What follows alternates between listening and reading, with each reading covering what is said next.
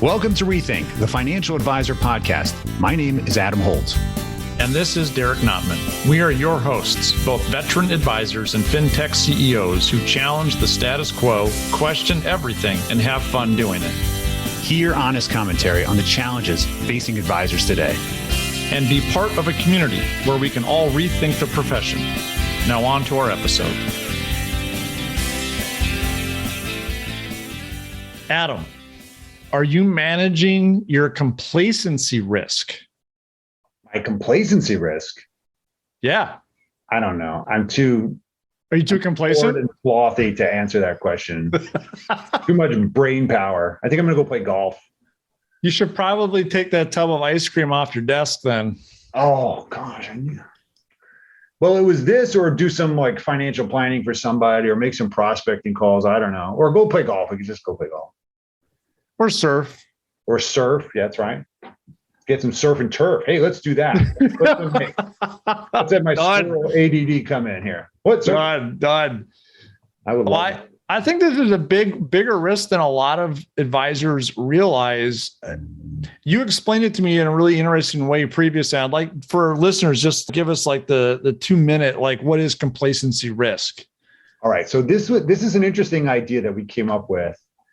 And it comes out of a lot of things, Derek, that we've seen, which is we talk to a lot of advisors. They're all asking us about whether they should retool, whether they should re-platform, maybe they should change up structure completely. Should they add people? Should they not? And these are all good business development questions. And we're glad you should be asking these questions because it shows that you're not complacent. You're challenging yourself by saying, I know I need to grow, because if you're not growing, you're doing what? You're dying. Okay. You're dying. Right, worse. But we have seen, because we don't get to talk to everybody, probably 80, 90% of the market of financial professionals just sitting around fat and happy. And they're not changing anything. They're not asking questions. They're not wondering about what's coming. We talked about a tsunami coming in the last episode with Jason Wang. Check that one out. We talked about this digital revolution. We talked about expectations are changing drastically. I think a lot of financial professionals, Derek, have gotten complacent because between the market growth and their established way of doing business, it ain't broke, don't fix it, okay? And so they're setting themselves up, in our opinion, with this complacency risk that they're going to get a mad, rude awakening. And it's going to come in the form of either disruption to their business practice or a disruption to their margins. And I really am trying to impress upon everybody the importance of being intentional and mindful about how do I keep growing and avoid complacency risk. That nails it. I think that's spot on. It is a risk we all face, whether we like it or not. And we're not saying like facing that risk means you have to work 100 hours a week. That's not what we're saying. You can be managing that risk at 10 hours a week if that's all you want to do and play golf the other 4 days. But it's something that has to be addressed. You know what would be cool, and this is a nice lead into who we're talking to today, is could we get a complacency risk score? Whoa. How cool would that be? I don't know. That's above my pay grade, man. I don't know, but I know what it is. Okay, so if you haven't added a new piece of technology in the last 2 years, if you haven't integrated existing infrastructure, if you haven't figured out a way to scale advice, if you haven't figured out a way to make it easier to do business with you, you've got a high complacency risk score. Dude, I love it. We should create a tool like that for advisors to test themselves. I'm a little too busy. Listen, maybe eventually I'll get around to that. You're just too complacent. Hold on. I'm still got to finish this ice cream. Yeah. I would love ice cream right now, by the way. I think it's a great topic, and it's going to tie into the value of human advice and just risk in general and all that. And we've got a pretty cool dude we're going to talk to today. Are there any other things you want to add here that people should be thinking about as we go? Well, it's really interesting because as Derek is leading in, we actually asked our good friend, someone who's become a good friend because he's such an advocate for the advisor and he's so open and willing. And I think he's done a great job. Aaron Klein, the CEO and co-founder of Riskalyze. And if you don't know Riskalyze, Riskalyze is right now the leading platform in the States, at least, one of the fastest growing, because they figured out how to solve a problem that wasn't broken, right? I mean, I think so many of us were used to the typical Ibbotson risk analyzer. What are you, a moderate plus conservative? I think it was like a political spectrum, right? Nobody ever knew where they sat on this range. I don't know that kind of coming into 2015, 16 that I thought risk was broken. We just accepted it. We were complacent. It was just the way you always had to do it. It was a regulatory compliance, component of your process. And the interesting thing about it, as he kind of touches on, I don't want to give away his thunder here, is I realized after listening to this how much this actually applied to me and my own biases. So I hope that when you listen to this, listen for this for yourself, because Aaron always does a great job of really framing a perspective. But listen to this, because there is complacency, bias, fears, and something that we all have. And I think what Riskalyze did is they proved that it was broken. And they proved it actually after they fixed it. So I think that's really an important aspect of this. Derek, you ready to hear from Aaron? Yeah, I always love chatting with him. So let's get it up and running. All right, let's hear Aaron. So Aaron, what is your perspective of the financial advice market today? It's so incredible how our market is changing, but still the same all at the same time. And what I find really interesting is that financial advisors often have a really hard time appreciating just how much value they bring to the table for their clients. We're only like 7 years out from that moment when Wealthfront announced that they were going to completely obsolete financial advisors, just send them the way of the dodo bird.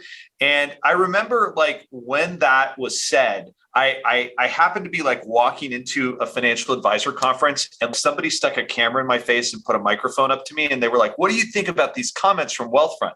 And I was just like, Wealthfront is E-Trade with a shiny coat of paint. Okay. And it was, I think later that day, their then CEO, Adam Nash, blocked me on Twitter. But nonetheless, I remember like a couple of weeks after that, speaking at a conference of financial advisors and just saying, look, you can't, advisors were asking me all the time, like, I'm trying to figure out how I'm going to compete with 25 basis points. And I'm like, in the race to out robo the robos, you will lose. In the race to depersonalize your services and go to the lowest common denominator, like the venture capital money is going to win. Like go the other way. And let's be confident in the value that we deliver to our clients. And I look at what just happened with Wealthfront being sold as basically a lead generation engine to one of the world's largest and most successful banks that is powered by thousands of human financial advisors. And I just go, UBS just cast a $1.6 billion vote of confidence in the human financial advisor. We won. That's a great perspective. Mic drop right there, right? I mean, seriously, we won. We did win. I love it. Yeah. Oh, man. I wonder if you're going to get blocked by anybody else on Twitter. One never knows. One never knows. It's possible. No, that's great. All right. So along that theme then is we're not out roboing the robo, right? What is then the missing opportunity or challenge or both for advisors that you see that is not being addressed currently? Yeah, one of the things that I think is so interesting is the way that advisors do engagement, both with new clients coming aboard and with existing clients.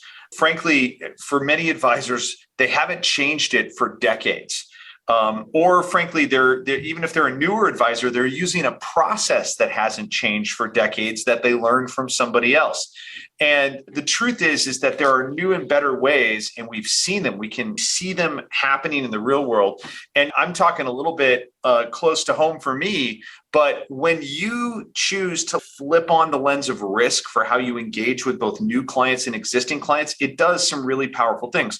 By the way, when we first started Riskalyze, like people were like, are you crazy? You put risk in the name? There's two things advisors are never supposed to talk about with their clients. It's not religion and politics.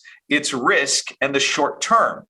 And my response to that was like, well, the problem is that all of your clients react to risk in the short term. So they're getting emotional when markets start going against them, and they're blowing up perfectly good investment portfolios and perfectly good financial plans because our psychology works against us with investing. And we've got to figure out how to build clients a framework to understand and react to risk appropriately, because that's what transforms a fearful investor who makes bad decisions into that fearless investor who makes really great decisions.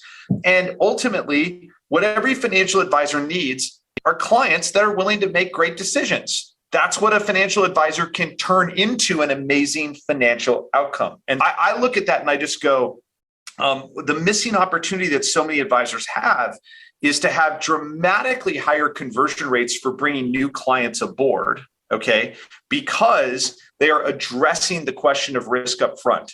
If you ask clients a question in that first engagement of what is your risk number, let's just see, it's a question that allows you to build trust. And we're starting to do some partnership with some of these, say, lead generation services. I don't know if you heard, there's one called Coupler. There's one that's kind of interesting, up and coming, right? Like, imagine if these lead generation services might be like driving some of this, what is your risk number question at the very beginning of the process of bringing leads into your firm, so that you can then answer the question, well, based on the fact that you want to be a risk 42, how does that match up with the risk in your portfolio? Boom, we can see the misalignment, and that's a major ACAT form moment. And the flip side of that is with existing clients, when we are continually demonstrating what is normal for our portfolio, we don't have the issue of the client calling up and being upset because, hey, we're down 4%.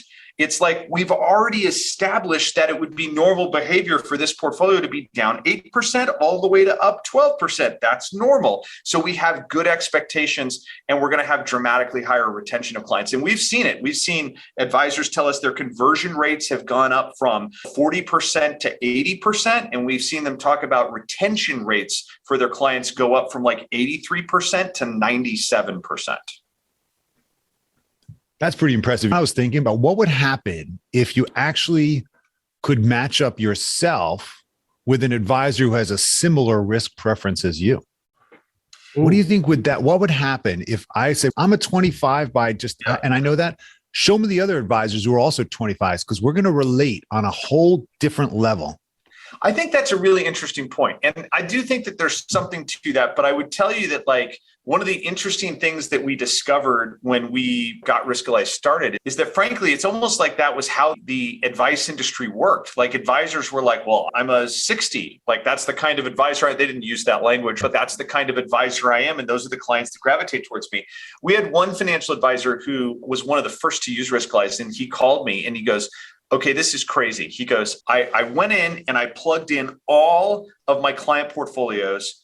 And first of all, by the way, I did my own risk number and I did my own portfolio. And I'm like, I got it going on. I know what I'm doing here. My own risk questionnaire came out at 52 and my portfolio was at 55. It was crazy. He goes, then I got all my client portfolios. I plugged them all into Riskalyze, and they ranged from the 40s to like the 60s. Okay. And then I went and I actually did the assessment with all of my clients, and the clients ranged from the 20s to the 80s. He said, and it didn't take me long to figure out the pattern. I was really good at figuring out which of my clients were more conservative than me and which of my clients were more aggressive than me. But see, I was anchoring their portfolios to me. I was actually I was making this client's portfolio a little bit more conservative or a little bit more aggressive than me, but I had them anchored to me. And so now I understand why my conservative clients still felt nervous and my aggressive clients still felt frustrated. And now I'm anchoring their portfolios to them. Now I'm actually aligning their portfolio to their risk number, not to my risk number, being a little bit more conservative, more aggressive than me. Wow. I don't even know what else to say. Talk about insight, right? Cool it's stuff. Just, that happens all the time. That's amazing. But when we've talked about advisor bias, on previous episodes, right? Talk about an example of advisor bias.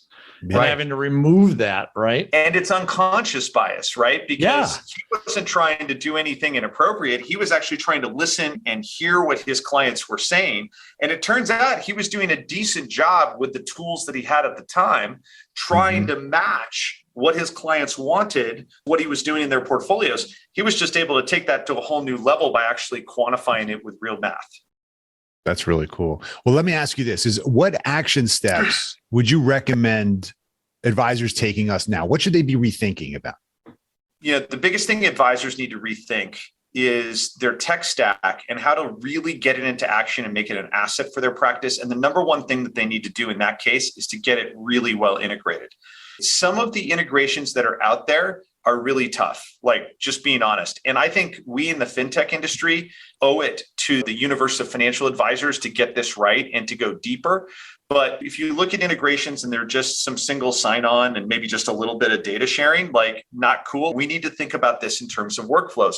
But there are a lot of integrations out there that are really deep and really great and can really drive incredible productivity gains for advisors. I think about, again, to bring this close to home, the Riskalyze and the asset map integration and just how seamless that is in terms of workflow for advisors. You can do the engagement work with your client and bring their portfolio in to Riskalyze, and you have their risk number and you've got stuff there. You jump right into Asset Map and pull up the same client, and bam, you got their assets mapped out visually to start having that conversation and filling in details about their insurance and filling in details about the rest of their financial lives. It's incredibly easy. And I set this up myself. I have an Asset Map account and I have a Riskalyze account, obviously. And if Aaron Klein can go in and make this integration work really easily, I'm pretty sure any financial advisor can, because I'm not an advisor and I was able to figure it out. Like it is so easy and it works so well. So, that's the number one thing advisors have got to rethink. Get that tech stack integrated, leverage the support that you have with these different companies. We are willing to jump on and help any advisor get their integrations working with our integration partners. I know Asset Map is the same.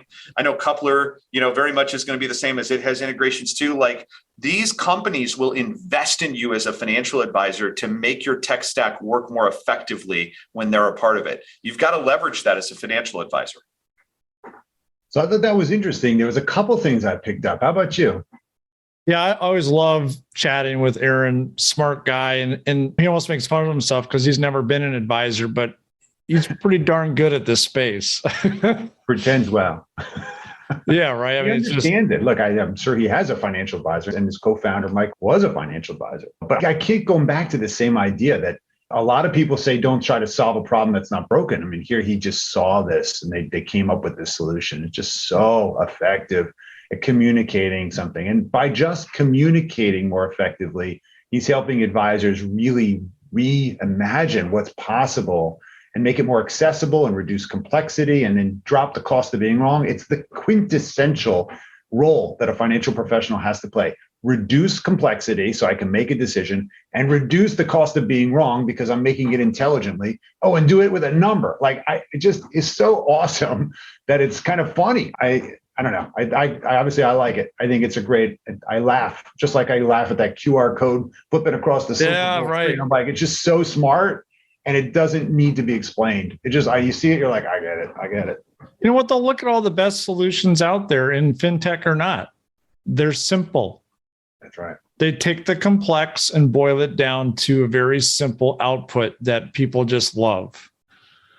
And sometimes as advisors, man, I got to buy this tech, I got to buy that tech, and I need all this stuff. And then one, it doesn't integrate. Two, I don't know how to use it. And now I've just got this mess of a machine I don't even know how to use. Well, you know what? Maybe you just hit on why the complacency happens.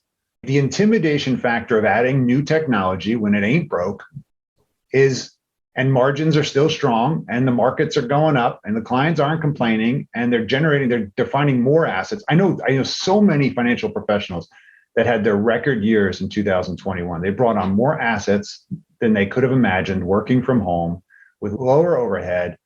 And they didn't drop their fees per se. And boy, things are good, right? Again, easy to get comfortable. Yeah, it's easy to get complacent. It's easy. And look, it's worked. Someone said to me recently, they said, change doesn't happen until something changes. So the question is the change going to happen from within or is it going to happen from externally? And then you've got to react. I thought the comment on integrations and the single sign-on we've seen there's been a lot of, we'll call it fluff in the air of, these tools integrate. So people or advisors will buy them. They don't really integrate or do anything with strong utility. So it doesn't change anything. You're just using two processes and okay, I could jump into one of them easier, but it doesn't really add real utility to the practice. So I don't know that that gets us out of being complacent, right? Because it's easy. We got to actually do some major changes and think about what our customers want.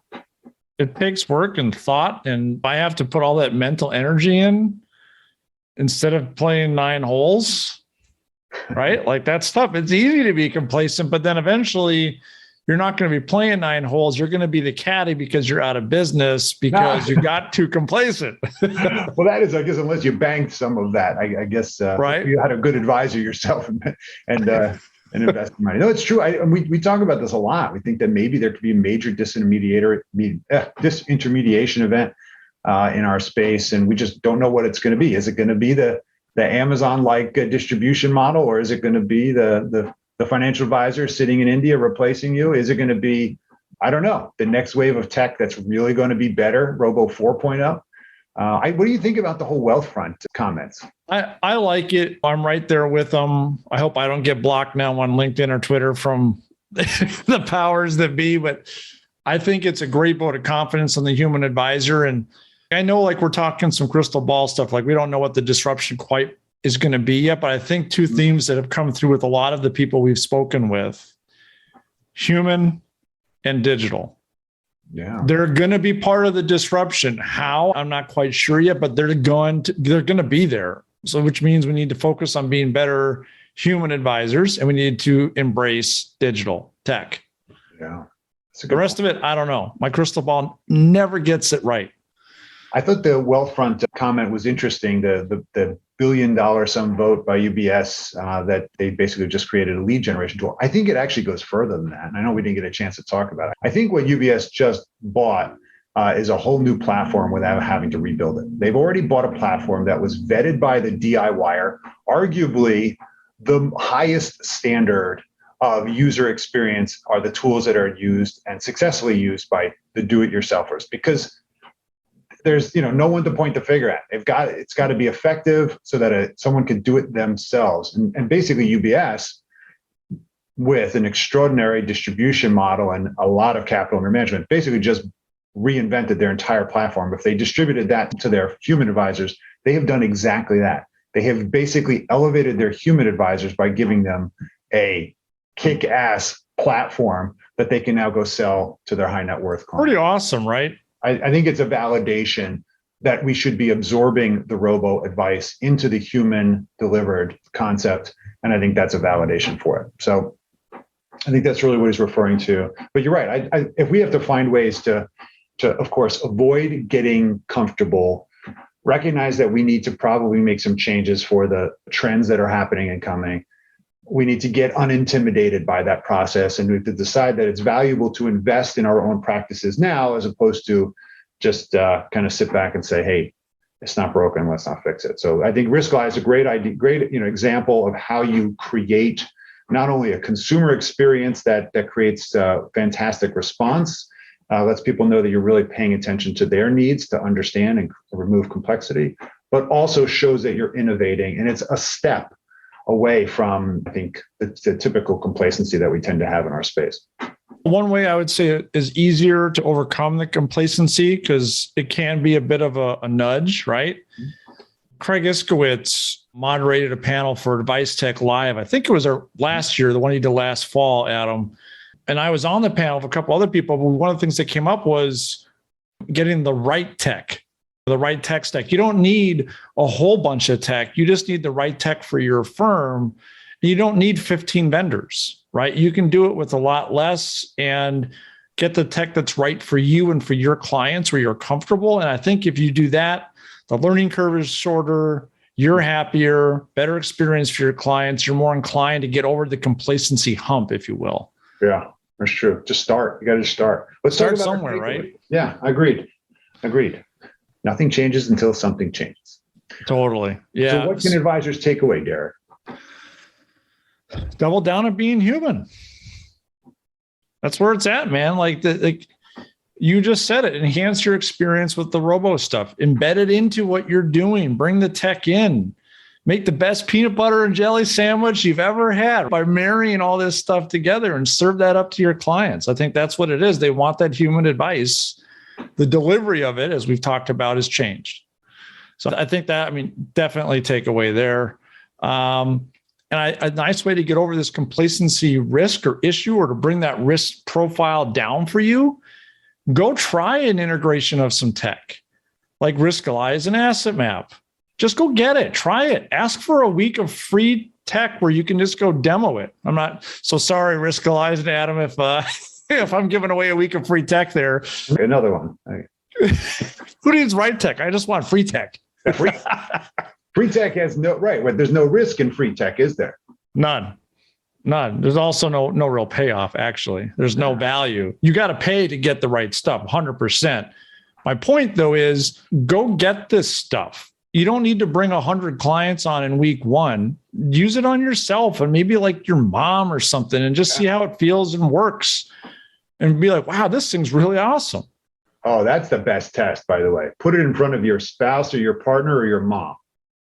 100%, if they don't right? get it, or they're like, what are you doing? What?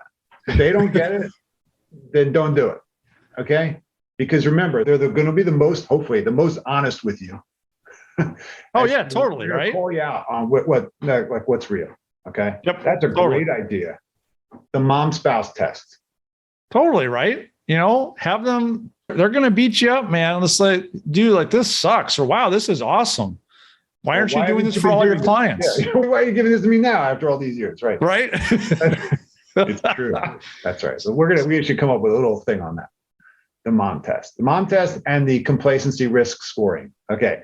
So I wrote a couple things here too, Derek. I said nothing changes until something changes. I mentioned it several times on this podcast because it's my coach says that to me all the time. Adam, you want to make change something. And I think the real call to action is for each of us just to change something that you've always done, not just because change for change's sake. Look at what you can do. We created actually a survey. We did a checklist. We just threw it up on the website. It's on assetmap.com/journey. You can see it was a huge survey we did of hundreds of advisors, and we asked them what were the kind of critical pain points in the entire advice journey. Go check that out. There's an assessment there. You can just download it and give yourself a score, right? We don't care. Whatever, doesn't matter. We don't see that. Give yourself a score and be honest with yourself. And whatever you come up low in a score, just focus on that, right? Whether it's calendar scheduling or your review process or how you do data gathering, whatever it might be, there's probably something that needs to be addressed, right? Maybe there's a better solution. And I think the second thing is, remember to set expectations early and give people a plan. And expectations when there are going to be changes in your process.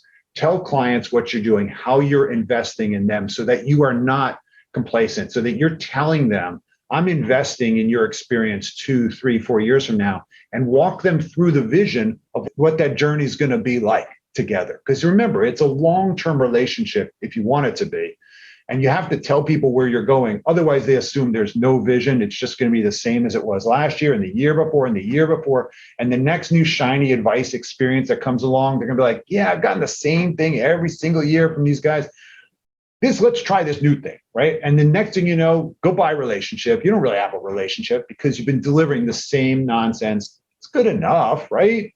Paid our fees. I'm telling you, expectations are going to go up to the roof. So we have to do a better job as professionals of telling people what change is coming, how we're going to be there, and what we're doing for them. What's in it for you? You got to remember to do that and constantly point it out to people. So have a plan, get some confidence, and go with it. But communicate it. Otherwise, I don't know that anybody's going to value it or know to look out for the investments you're making, especially in their tech experience, until they have it. So that's my thought on it. I don't know if you agree. I agree. Try it out. I concur. Your complacency risk just went down.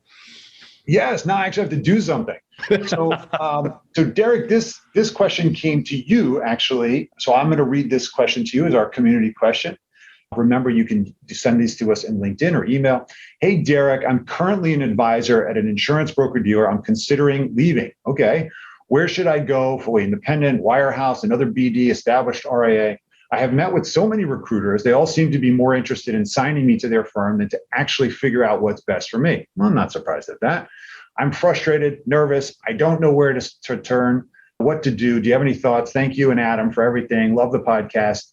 Jay, we sure didn't name Jay from Wisconsin. So thank you, Jay, period, ... What do you think, Derek? Yeah, this one is close not only to my heart, given what I just went through, but I think for a lot of advisors, this is on the radar. It's tough.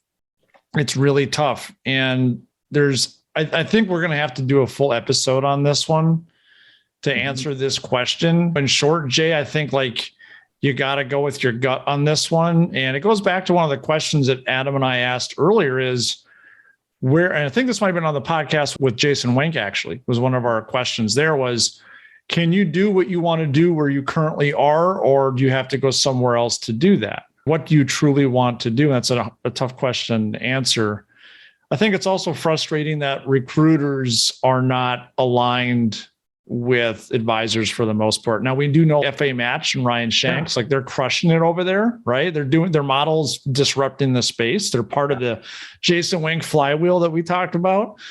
But I just went through this experience and I considered all the different options. I don't know. I'm passionate about this one. It's close to home for me, and we'll need to chat this one out.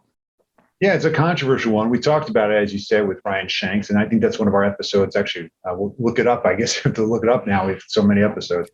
But he talked about this problem and how there's obviously it's a sales role, right? So that they're trying to attract you to go to where they're going to get comped. And we get it. We understand that. But I think it's important for you to understand where you want to be, what kind of environment you want to be in for the next 10 to 15 years. It's not easy to move. You remember that, wherever you go, you bring your problems with you. So you have to recognize that there's no panacea here. There's most of the advisors we talk to that are moving, they're moving for flexibility in either branding, advertising, and message, or they're looking for tech platform, or they're looking for product distribution. For the most part, we've seen a lot of firms really try to retool, but there's no question they're dealing with legacy tech.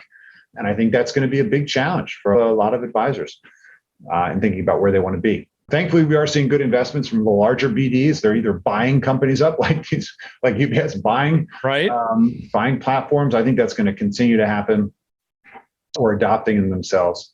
So, but definitely, let's do an episode on this. I think it's a big enough topic. Let's have fun with it. Awesome. I love it. Yeah. So, Jay in Wisconsin, thank you. Appreciate the question. I think putting yourself out there. I know this one's a scary one. We'll dive into this on one of our next episodes here. Fantastic. Well, as always, be sure to follow us on LinkedIn. Send us a direct message. If you have any questions, we'll be sure to send you some of our swag with Rethink written all over it. So your family can question you and say, what are you doing? What are you rethinking? That'll be fun. Make sure to subscribe. And of course, if you have the opportunity to leave us a review, please do so. Thank you, as always, Derek, my man. Adam, my man. See you, everybody. Take care, guys.